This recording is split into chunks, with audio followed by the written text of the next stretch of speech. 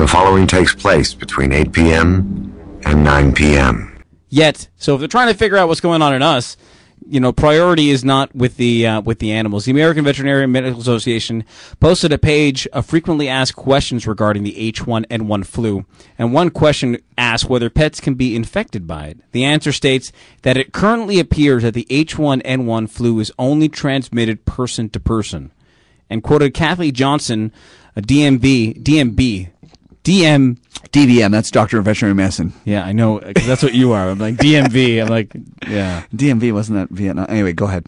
Yeah. Anyways, she basically says that if you're sick, these things can, if you actually are in the States or anywhere listening and you have swine flu, call us up. We want to talk to you how it feels. 416. Exactly. Is it alarming? We want to know. 416-785-0680. I'd love to talk to someone right now who has swine flu. Oh. Anybody in the station around? I don't know. We should talk to somebody. There's got to be somebody listening. Or somebody who knows someone. Yeah. Because, see, I wasn't here when SARS went around. That must have been very scary. It was. Yeah? Yep. Because, the WHO organization has, when SARS was around, only put it up to level 3. Now it's at level 5. Yeah. Pandemic. Anyways, we don't want to scare everybody here. This next story I like. Go ahead. This is a cool anyway, I'm just saying, I'm just finishing off this thing, basically saying that if you're going to be around your pet and you actually are sick with the flu or you're sick in general, wash your hands before petting your pet. It's pretty simple, right? If you're sick and you may have this flu, you may not have a flu, or any flu, doesn't matter. Unless you're like myself and you're really sick and you're like, hey, Andrew, how's it going? Or you're going to Dr. Mike. Hey, Dr. Mike, how are you? And look, he moves back when I touch him. He does. I'm going to put more hand sanitizer on my hands. I already got all that DHS stuff all over me. And, so anyways, all I'm trying to say is that just be smart, be careful, and everything will be okay. Just wanted to let you know about that. All right. And there are some really cool, interesting news. Some more music, please, Richmond. We're stretching this thing out, Mr. Tide. I love this. New Jersey appears to be one of the first courts to put a value on a pet that cannot be measured in money alone. Thank goodness. Not for Chef Boyardee, but for New Jersey. A New Jersey appeal court recently ruled that pets, like families, have more than just monetary value than their owners, and that are not so-called subjectual value. Okay, so basically in the world of law right now, an animal is looked upon as a possession, an item. So, God forbid your animal goes outside and gets hit by a car. That person who hit your animal and caused damage and killed your animal, they could sue you because it's your property. Not the case anymore in New Jersey. According to a court document announcing the panel's decision, in 2006 there was an incident that purchased a pug named Dexter. Huh? Dexter, yeah. Like that. It's not a. Is it a pug? You don't have a pug. No, it's Boston Terrier. Boston Terrier. Yeah. For $1,500, when they broke up, the houseman took the dog and his, a word I can't pronounce. According to the court document, she left one of the dog's jerseys on some photographs behind the mattress for her ex-fiance. This is lots of information that I don't really have to tell you. But long story short, what happened is that usually this is divided in property in a divorce court. So animals usually subjected to that, okay? So depending on how much you own of the property, that's how usually the judges will break up who gets what. In this case, the court in New Jersey did not do that. They said that the person who had more emotional ties to the animal received the animal, which is really great because they're not actually showing that the dog or the cat or whatever the situation was just a monetary value, which is good for them. And I think that should be the case for a lot of court systems. You can't look at animals as just property. I don't think so, at least. Right, Dr. Mike. Busy on the berry. Yeah, no, they are not property. So it's anyway. Unless you own them. Yeah, right. And then you're responsible for them. But we got a great show for you today. Also, we have a little bit of an email of the week. And do you have our email from our good friend there? No, do you?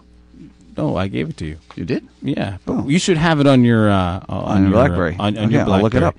So we do have email of the week. Ladies and gentlemen, the music for email of the week.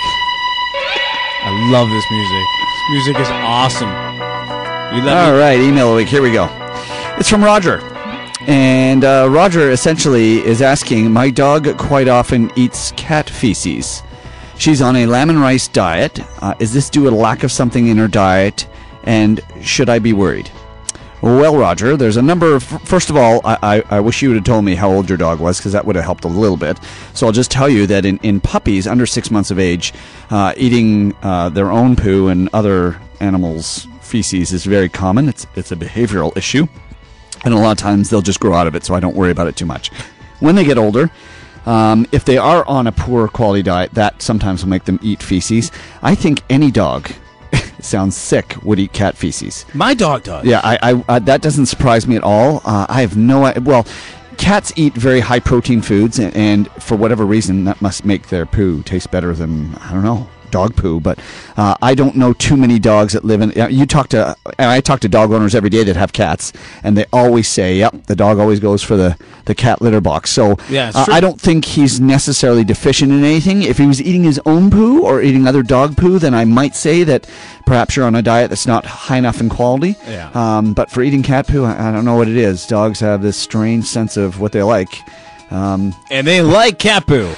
Oh, yeah. Well, and of course, we let them lick our faces and all the other... I mean, you're worried about swine flu. I'm thinking... I'm good, man. I'm good. I'm not worried about swine flu. I've had situations where, Dexter comes gloves? and licks my face, and all of a sudden Abby tells me, oh, by the way, he was just outside eating his own poo. That's disgusting. But anyway. animals have, especially dogs, have a bacteria in their mouth that kills the majority of germs. True to a point, yeah. Well, I watched it on... they do. What's that show on Discovery Channel?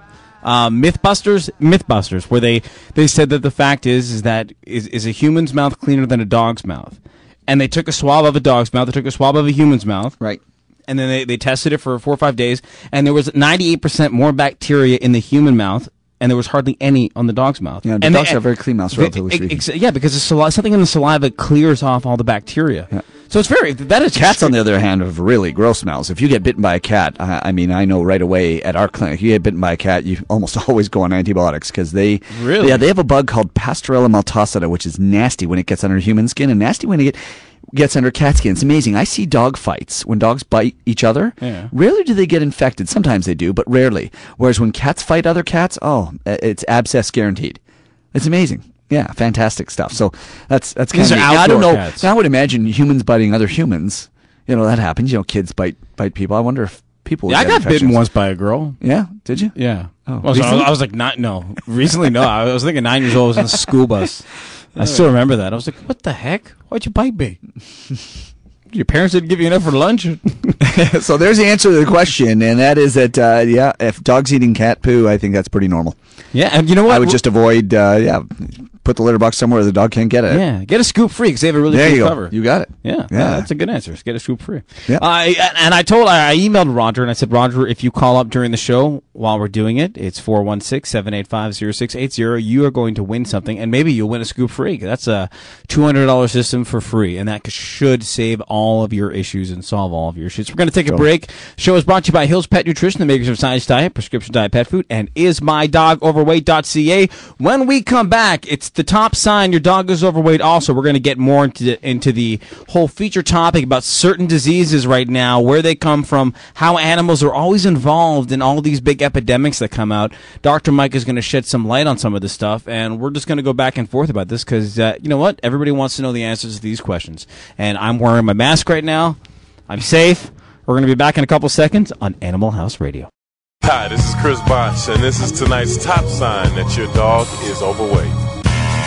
Tonight's top sign that your dog is overweight is brought to you by IsMyDogOverweight.ca. And tonight's top sign is your dog's name is Garfield.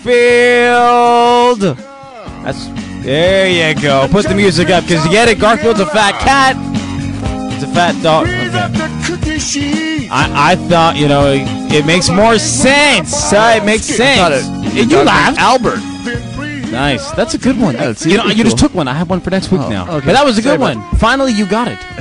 Nice. So that's this week's top sign that your dog is overweight. Visit www.ismydogoverweight.ca and check out the animation they have there to see if your dog is overweight. And if it is overweight, speak to your vet because you can save a couple years from your dog's life.